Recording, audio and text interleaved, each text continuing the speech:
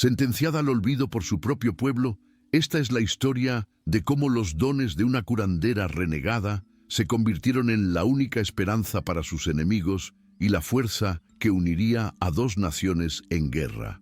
Si las historias sobre el poder de la sanación y la resiliencia resuenan contigo, suscríbete al canal para que continuemos este viaje juntos. El sol del desierto de Sonora era un martillo implacable a finales del siglo XIX, una forja que cocía la tierra y endurecía los corazones. Fue bajo esa luz inclemente que Xochitl, una joven de 20 años, sintió las manos ásperas de los guerreros apaches arrancándola de su precario refugio. Expulsada de su pueblo mexicano, con la palabra bruja marcada a fuego en su alma por el sacerdote local, se había convertido en una sombra, una paria que buscaba sobrevivir en los límites del mundo civilizado.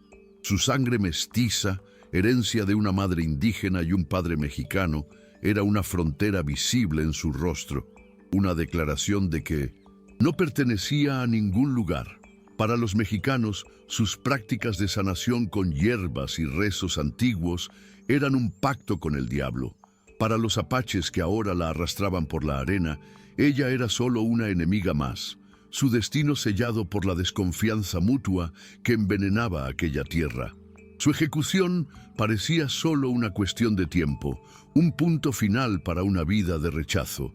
Sin embargo, al ser arrojada a los pies del campamento apache, la hostilidad en el aire era densa, pero atemperada por algo más fuerte: la desesperación. No le ofrecieron una muerte rápida, sino un ultimátum aterrador. El motivo de su captura fue revelado no con palabras de odio, sino con una petición gutural del propio jefe Taza. Su único hijo, un niño que cargaba el futuro de la tribu en sus pequeños hombros, ardía en una fiebre misteriosa, una llama que ni los chamanes más experimentados ni las curanderas más sabias conseguían apagar. Xochitl, la bruja mexicana, la curandera renegada, era ahora la última y más improbable esperanza de un pueblo que, hasta entonces, solo deseaba su aniquilación, su vida por la vida del heredero. Xochitl cargaba el peso de dos mundos en sus hombros y la soledad de ambos en su corazón. Los conocimientos que había heredado de su abuela, un tesoro de saberes sobre las hojas que sanan y las raíces que calman, eran la misma fuente de su exilio. En su piel y en sus gestos veía el reflejo de la desconfianza. Para el pueblo de su padre era la salvaje, para los pueblos de su madre, la extranjera. Este rechazo constante había erosionado su confianza, plantando una duda venenosa en su alma. ¿Sería su don una bendición o una maldición? Cada ritual, cada té preparado, era un acto de fe y al mismo tiempo un recordatorio doloroso de su aislamiento. Ahora, frente a aquel que la veía como una herramienta desechable, el miedo paralizante amenazaba con sofocar la sabiduría ancestral que pulsaba en sus venas, cuestionando si realmente poseía el poder que los otros tanto temían. La tierra alrededor era un espejo de la animosidad que la definía. Corría el año 1885 y la frontera entre Sonora y Arizona sangraba. Era un paisaje de horizontes vastos y promesas vacías, donde el polvo rojizo lo engullía todo. Las plegarias de los colonos mexicanos, los gritos de guerra de los últimos apaches libres y las esperanzas de gente como Xochitl. Los pueblos mexicanos eran islas de fe fervorosa y miedo supersticioso, pequeños bastiones amurallados donde la cruz de Cristo era erigida para ahuyentar a los demonios del desierto y a los salvajes que lo habitaban.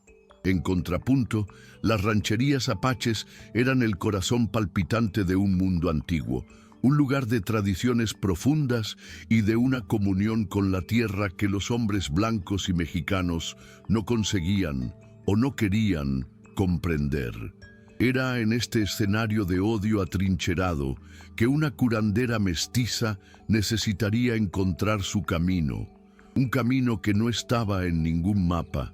El mundo entero parecía conspirar contra Xochitl. Su principal conflicto no era solo contra la enfermedad que consumía al niño, sino contra la muralla de odio que la rodeaba. Por un lado, la memoria de su antigua vida, personificada en la figura del sacerdote que, con ojos llameantes de fanatismo, la declaró un anatema, envenenando la mente de sus vecinos y transformando su hogar en un lugar de persecución. Por el otro, la amenaza inmediata y silenciosa de los guerreros apaches. La observaban con una intensidad depredadora. Sus manos nunca se alejaban de los puñales y rifles, dejando claro que su vida valía tanto como la del pequeño heredero. Y finalmente, estaba la propia fiebre, una entidad invisible y agresiva, una fuerza de la naturaleza que se burlaba de sus conocimientos, manifestándose de una forma que ella nunca había visto antes, tornando el desafío no solo peligroso, sino terriblemente desconocido. Sin embargo, los enemigos más crueles no eran los hombres armados ni los fantasmas del pasado, sino las voces que susurraban dentro de su propia mente. El miedo era una garra fría en su garganta, un veneno que la paralizaba en el exacto momento en que más necesitaba claridad. El trauma del rechazo la atormentaba, repitiendo las acusaciones de bruja, mestiza, impura. Cada mirada desconfiada de los apaches hacía eco de las miradas de su antiguo pueblo, alimentando la duda que ella más temía. ¿Y si ellos tuvieran razón? ¿Y si su don fuera una ilusión, una pretensión peligrosa que ahora la llevaría a la muerte? En aquel momento crítico, su mayor batalla no sería contra la fiebre o contra los guerreros, sino contra la parte de sí misma que creía no ser lo suficientemente buena, que ya había aceptado la sentencia de olvido que el mundo le impuso. El coraje que Xochitl necesita encontrar en este momento es lo que nos inspira. Si tú también sientes la fuerza que nace de la superación, demuestra tu apoyo dejando un comentario. Y para no perderte ningún paso de esta y de otras increíbles travesías, aprovecha para suscribirte al canal. Al principio, Xochitl era solo un animal asustado en una trampa. Cada una de sus acciones era guiada por el instinto de supervivencia más primitivo. Sus movimientos eran vacilantes, sus ojos bajos, evitando la mirada dura del jefe Taza y la desconfianza cortante de los otros miembros de la tribu. Se veía como una víctima pasiva de las circunstancias, una hoja llevada por un viento cruel. Primero, arrancada de su comunidad, ahora depositada en un nido de víboras. Su única preocupación era posponer lo inevitable, ganar una hora más, un día más de vida. Al acercarse al lecho del niño enfermo, sus manos temblaban, no solo por el peso de la responsabilidad, sino por la certeza de que cualquier error sería su último aliento. Era una prisionera ejecutando una tarea, no una curandera ejerciendo su don. El conocimiento de su abuela parecía un eco lejano, ahogado por el sonido ensordecedor de su propio miedo. Pero entonces algo cambió. El punto de inflexión no ocurrió con un gran gesto, sino en un momento de profundo silencio. Al observar el rostro del niño contorsionado por la fiebre y al ver el dolor desnudo en los ojos del jefe Taza, no el líder de guerra, sino un padre aterrorizado, Xochitl vio un reflejo de su propio sufrimiento, de su propia soledad. La empatía, una fuerza que había mantenido dormida para protegerse, despertó con un poder abrumador. En ese instante, la vida de aquel niño se volvió más importante que la suya propia. Levantó la barbilla y por primera vez sus ojos se encontraron con los del jefe con una nueva resolución. Ya no estaba solo intentando sobrevivir, estaba eligiendo luchar. Aceptar el desafío era un acto de apropiación de su poder, una decisión de ser la curandera que su abuela le enseñó a ser, sin importar el precio. El jefe Taza observaba cada movimiento de Xochitl con la impasibilidad de un depredador. Para él, un hombre forjado en la guerra y endurecido por el liderazgo, la vulnerabilidad era un lujo que no podía permitirse, pero detrás de la máscara de pragmatismo, su espíritu estaba siendo consumido por la angustia. El niño, su único hijo, era la continuidad de su linaje y la promesa del futuro de su pueblo. En Xochitl no veía a una persona, sino una herramienta, la última y más desesperada apuesta en un juego que ya consideraba perdido. La trataba con la distancia fría reservada a un objeto, un arma que podría tanto salvar como destruir. Sin embargo, sin que ella se diera cuenta, él notaba el cambio en su postura, la firmeza en su mirada. No entendía el origen de aquella transformación, pero en su corazón de padre, una chispa de esperanza, tan peligrosa como la propia fiebre, comenzaba a encenderse. Dentro de la ranchería, Xochitl no enfrentaba solo la desconfianza de los guerreros, sino también el escrutinio de Itza, la anciana curandera de la tribu. Itza era una mujer cuyas manos conocían el secreto de cada raíz y cuyos oídos entendían los susurros del viento. Ella veía la llegada de aquella extranjera de sangre mestiza como una afrenta, una admisión de fracaso de sus propias tradiciones. Sus ojos, profundos como la noche del desierto, analizaban a Xochitl con una desconfianza cortante, cuestionando cada hierba que ella seleccionaba, cada gesto que hacía. Para Itza, la sanación no era solo una cuestión de remedios, sino de equilibrio espiritual, y aquella joven mexicana, con sus rezos que mezclaban santos católicos y palabras antiguas, representaba el desequilibrio en persona. Era una guardiana del conocimiento ancestral apache y no entregaría sus secretos fácilmente a una forastera. Con la decisión tomada, Xochitl se sumergió en su oficio. Comenzó con los fundamentos enseñados por su abuela, un ritual de observación y tacto. Sus manos, ahora firmes, sentían el calor febril de la piel del niño. Sus ojos examinaban el color de su lengua. Sus oídos prestaban atención al ritmo superficial de su respiración. Enseguida, partió hacia el desierto, la bolsa de cuero vacía, el corazón lleno de una frágil esperanza. Bajo la mirada atenta de dos guerreros que la seguían como sombras, buscaba las plantas de su repertorio, la hoja para aplacar el fuego, la raíz para purificar la sangre. Cada cactus, cada arbusto reseco era un desafío. El paisaje, aunque familiar, era sutilmente diferente, y la flora local guardaba secretos que ella aún no conocía. El sol castigaba, y la desconfianza de sus guardianes era un peso adicional sobre sus hombros, haciendo su búsqueda solitaria aún más ardua. Los primeros tés y emplastos no surtieron efecto. La fiebre persistía, terca y voraz, burlándose de sus esfuerzos y del conocimiento que ella juzgaba como su única fortaleza. La desesperación amenazó con regresar, pero esta vez la empatía fue más fuerte. Fue entonces cuando ocurrió el segundo punto de inflexión, un momento de profunda humildad. Xochitl se dio cuenta de que la arrogancia de creer que solo sus métodos eran válidos era un camino hacia el fracaso y la muerte. Dejó de luchar contra el entorno y comenzó a observarlo. Pasó a prestar atención a Itza, ya no como una rival, sino como una fuente de sabiduría. Vio a la anciana realizar sus propios rituales, notando cómo se comunicaba con la tierra, cómo sus plegarias no eran para santos lejanos, sino para el espíritu del propio desierto.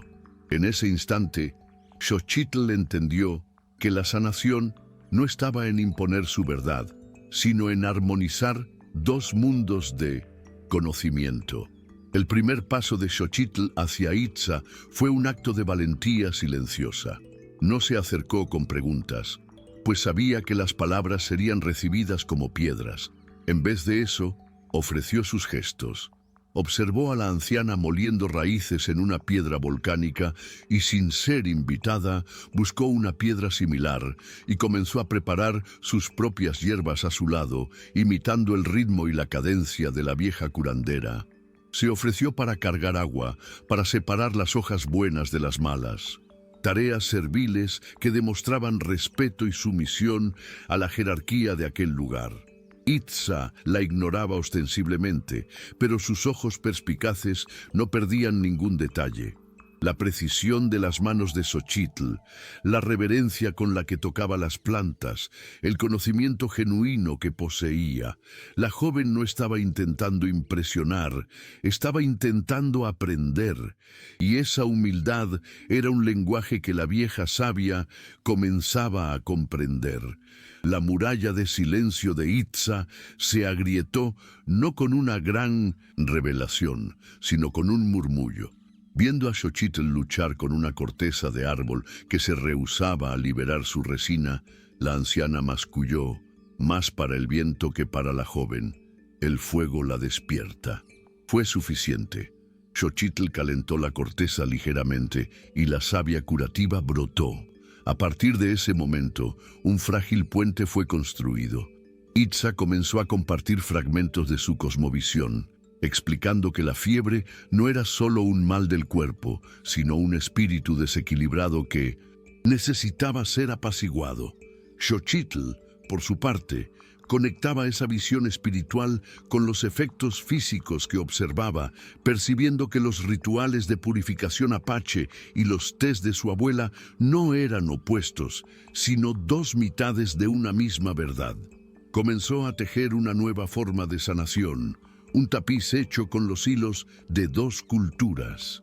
Al otro lado de la tienda, Taza era un testigo silencioso de aquella alianza impensable. La rígida desconfianza en su pecho comenzaba a ceder espacio a un sentimiento que apenas osaba nombrar: el respeto. Veía a la curandera de su pueblo, la personificación de la tradición apache, trabajando codo a codo con la extranjera que él mismo había capturado. Más importante, veía los resultados. La respiración de su hijo, antes un soplo rápido y desesperado, se había vuelto más profunda. Había momentos, breves como el brillo de una estrella fugaz, en que la fiebre parecía retroceder, y el niño abría los ojos con un atisbo de conciencia. La pragmática mente de guerrero de Taza no podía negar la evidencia. Aquella mujer mestiza, que había considerado solo un último recurso, poseía una fuerza y una sabiduría que no comprendía, pero que ahora representaban la única melodía de esperanza en el silencio de su luto inminente. La sanación se convirtió en un ritual híbrido, una danza entre dos saberes. El aire en la tienda del niño enfermo era una mezcla compleja de aromas. El humo purificador de la salvia quemada por Itza se entrelazaba con el olor terroso del té de raíces que Xochitl preparaba, una receta de su abuela adaptada con las hierbas del desierto de Sonora. Mientras la anciana entonaba cánticos antiguos para fortalecer el espíritu del niño contra la invasión del mal, Xochitl susurraba sus propias plegarias, una mezcla de oraciones católicas e invocaciones en la lengua de sus ancestros indígenas, aplicando compresas frías en la frente febril. Ya no existían la curandera apache y la prisionera mexicana. Solo había dos mujeres unidas por un único propósito, tejiendo juntas una nueva forma de poder, una que ninguna de ellas podría haber alcanzado sola. Cada gesto era una afirmación de que la sabiduría no conoce fronteras. La aceptación, aunque frágil y silenciosa, fue como la primera lluvia tras una larga sequía para el alma de Xochitl. Con cada asentimiento de cabeza de Itza, con cada mirada menos hostil de Taza, sentía las raíces de su propia identidad profundizarse en la tierra árida. La voz del miedo, que por tanto tiempo se fue transformando en un susurro lejano. Por primera vez, no veía su sangre mestiza como una maldición que la dividía, sino como la fuente de su fuerza singular. Ella era el punto de encuentro de dos ríos, el lugar donde la sabiduría de las plegarias católicas de su pueblo podía conversar con los espíritus de la montaña venerados por los apaches. La duda sobre el valor de su don se disipó, reemplazada por una claridad serena.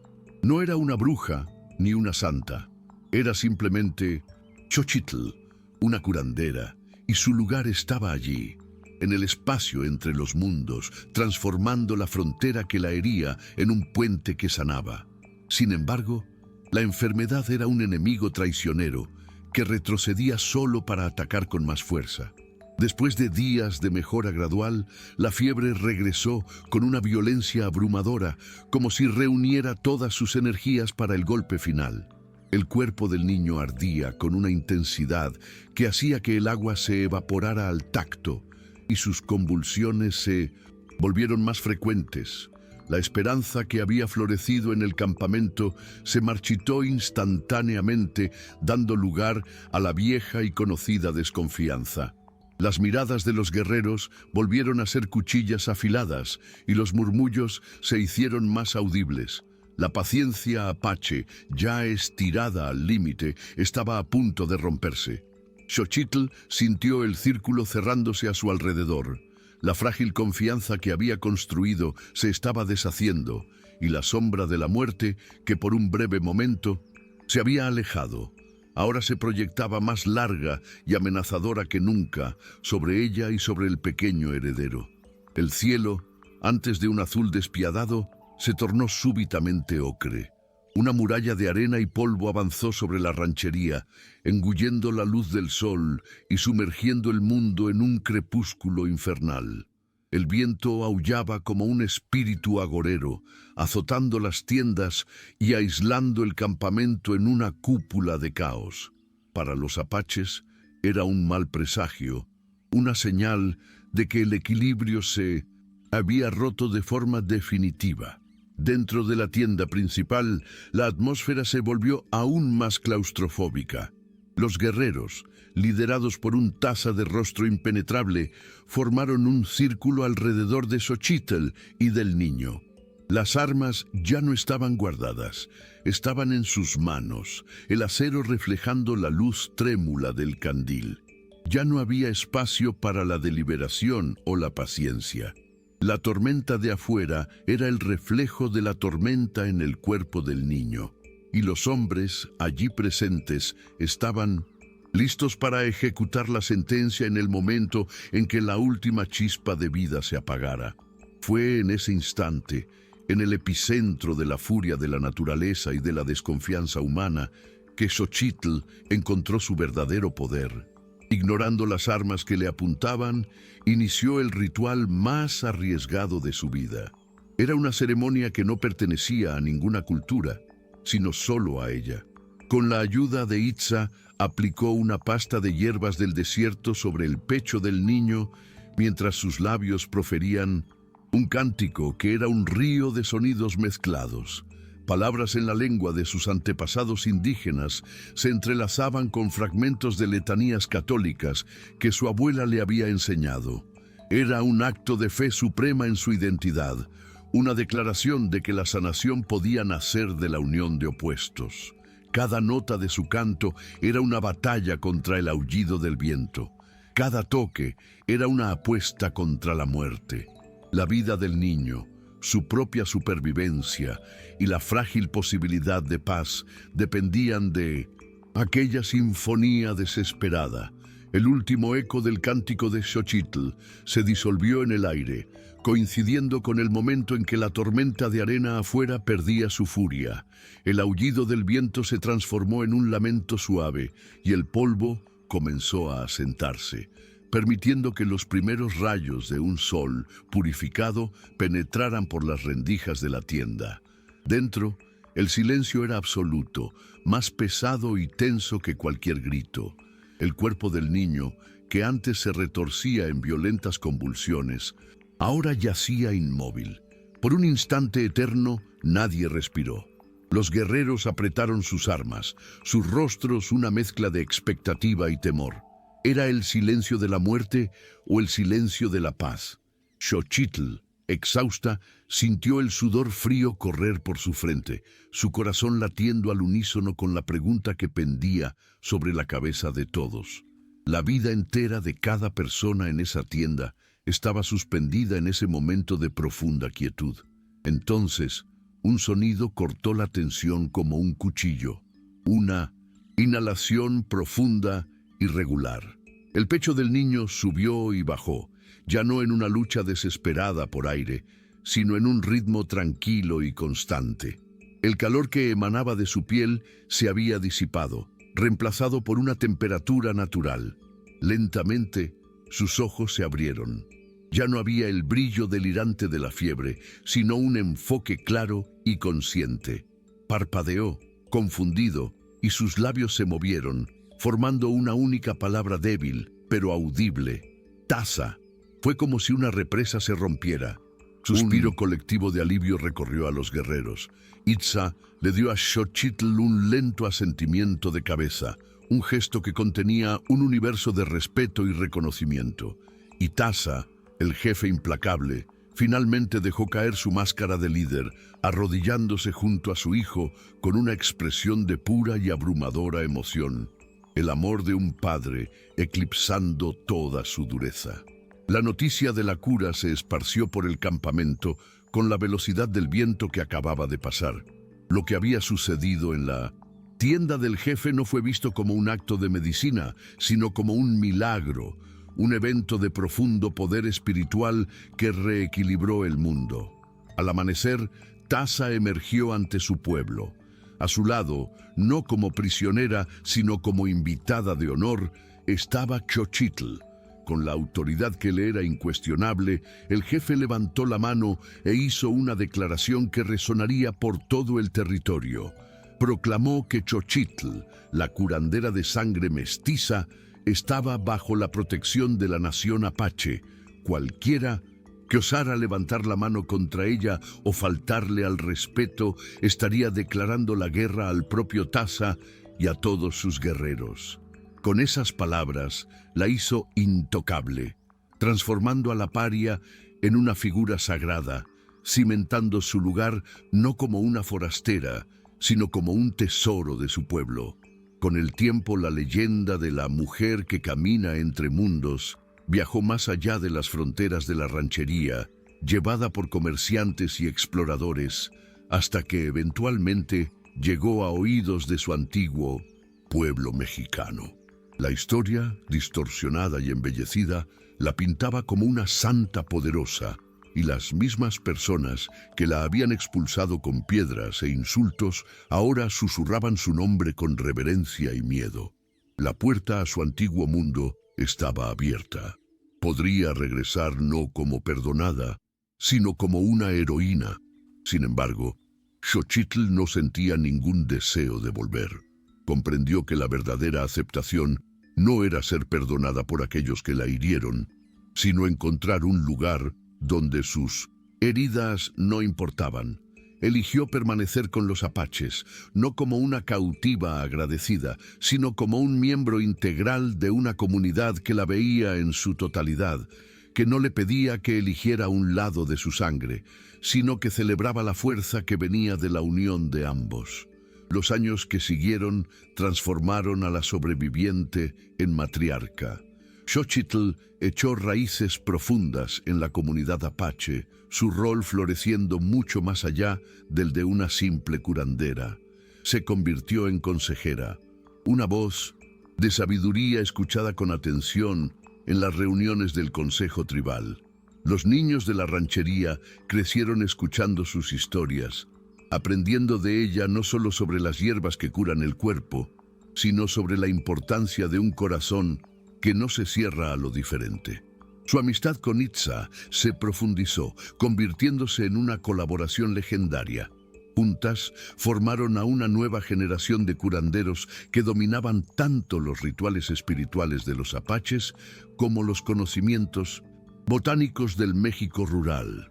El jefe Taza, por su parte, veía en Xochitl no solo a la salvadora de su hijo, sino a una hermana de espíritu, cuya resiliencia reflejaba la fuerza indomable de su propio pueblo, un faro de esperanza en tiempos sombríos. La presencia de Xochitl se convirtió en una fuerza sutil, pero transformadora, en la volátil región fronteriza. Aunque las guerras y las escaramuzas no cesaron por completo, su reputación creó una anomalía, un pequeño oasis de paz en medio del odio. Viajeros mexicanos, perdidos o heridos, que antes serían asesinados sin dudarlo, a veces eran llevados a su presencia por órdenes de Taza. Al ser tratados y liberados, llevaban consigo historias increíbles de una curandera que no veía enemigos, solo personas necesitadas de alivio.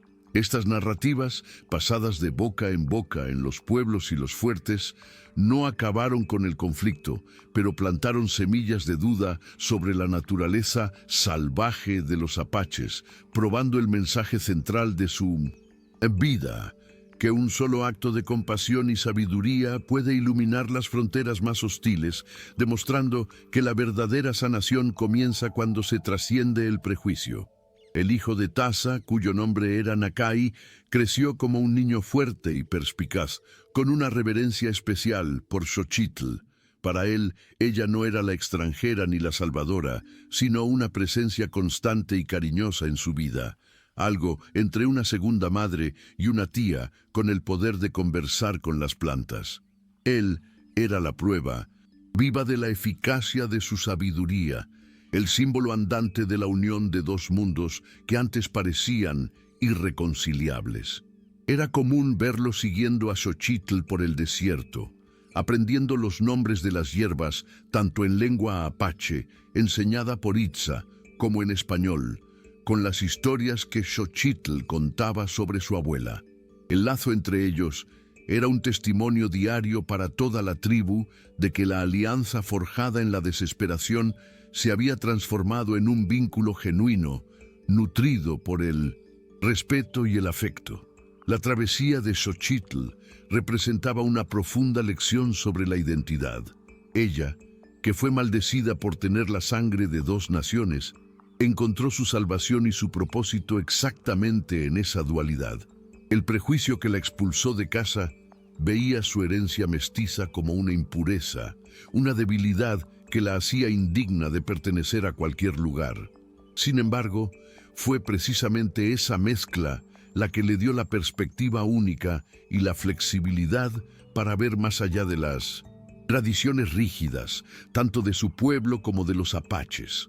Aprendió que la verdadera fuerza no reside en la pureza de una única cultura, sino en la capacidad de honrar e integrar múltiples sabidurías. Su identidad ya no era una fuente de vergüenza, sino el cimiento de su poder, la prueba de que un ser humano puede ser al mismo tiempo raíz y puente. La tienda de sanación, antes un espacio de tensión, se convirtió en un santuario de aprendizaje compartido. La relación entre Xochitl e Itza evolucionó de una mentoría renuente a una colaboración entre iguales, cada una reconociendo en la otra a una maestra. Había días en que debatían largamente sobre la naturaleza de una dolencia. Itza hablaba del espíritu que necesitaba ser realineado, mientras Xochitl describía la inflamación que necesitaba ser reducida. Para los jóvenes aprendices que las observaban, esas discusiones no eran señales de conflicto, sino demostraciones de una verdad más grande, que el cuerpo y el alma eran inseparables. Juntas crearon un nuevo léxico de sanación, donde un ritual de cánticos para fortalecer el espíritu era tan vital como el emplasto de hierbas para extraer el veneno. No solo estaban curando a los enfermos, estaban tejiendo una nueva tradición, más rica y más resiliente que las que la originaron. Esta fusión de conocimientos generó un legado poderoso. La sabiduría que Xochitl trajo consigo, antes vista como brujería, fue recontextualizada y honrada. Los rezos de su abuela, que mezclaban lo sagrado y lo popular, encontraron un eco inesperado en los rituales apaches, ambos buscando tocar lo invisible y pedir su intervención en el mundo visible. Por otro lado, el profundo conocimiento ecológico de los apaches enriqueció inmensamente la práctica de Xochitl. Aprendió a leer el desierto no como un obstáculo, sino como un texto sagrado, entendiendo los ciclos de la luna, el comportamiento de los animales y las señales del viento como parte del diagnóstico. La validación que tanto buscó y que su propia abuela no pudo darle en vida, la encontró allí, en el intercambio diario con Itza, que veía su don no como una anomalía, sino como una manifestación diferente del mismo poder universal que regía todas las cosas. La transformación más silenciosa, pero quizás la más profunda, ocurrió en el corazón del jefe Taza. La experiencia de casi perder a su hijo lo rompió y lo reconstruyó de una forma diferente. La gratitud que sentía por Xochitl lentamente erosionó la dureza pragmática que la vida de guerrero le había impuesto. Comenzó a buscar su consejo no solo para las enfermedades que afligían a su pueblo, sino también para las heridas del alma de la comunidad.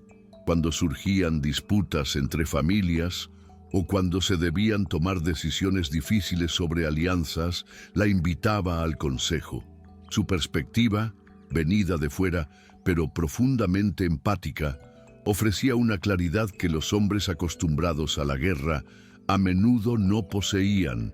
Ella le enseñó que el verdadero liderazgo no se medía solo por la fuerza para luchar, sino también por la sabiduría para sanar y unir. Con el tiempo, Taza se convirtió en un líder más ponderado. La presencia de Xochitl en su vida lo hizo cuestionar la inevitabilidad del conflicto que definía la existencia de su pueblo. Él, que antes veía a los mexicanos solo como enemigos a ser combatidos, ahora los veía a través de los ojos de ella, como un pueblo complejo, capaz tanto de crueldad fanática como de profunda sabiduría, como la que la abuela de Xochitl representaba. Esto no lo volvió débil ni ingenuo, sino más estratégico y selectivo en sus batallas. Pasó a entender que la supervivencia de su nación no dependía solo de ganar la guerra contra los hombres, sino de mantener el equilibrio con el mundo alrededor. Un principio que Xochitl personificaba en cada uno de sus actos, desde la recolección de una hierba hasta la resolución de una disputa. Cierto día, una figura desesperada surgió en el horizonte, un hombre mexicano que, movido por rumores sobre la curandera milagrosa, hizo el peligroso viaje hasta el territorio apache. Su hija estaba consumiéndose con la misma fiebre misteriosa que casi se lleva al hijo del jefe. El hombre, al ser llevado ante Xochitl, no la reconoció de inmediato, pero ella sí. Era uno de sus antiguos vecinos, uno de los hombres que había permanecido en silencio mientras el sacerdote la condenaba, cuyo miedo fue cómplice de su expulsión. Le imploró ayuda, ofreciendo todo lo que tenía. Allí estaba la prueba final de su transformación, la oportunidad de confrontar el pasado que la había atormentado. Su corazón no sintió el calor de la venganza ni la necesidad de probar su valía. Sintió solo una compasión distante, la misma que sentiría por cualquier ser sufriente. Xochitl aceptó ayudar, pero sus términos eran claros. El tratamiento ocurriría allí, en la ranchería, bajo las reglas del pueblo que la acogió.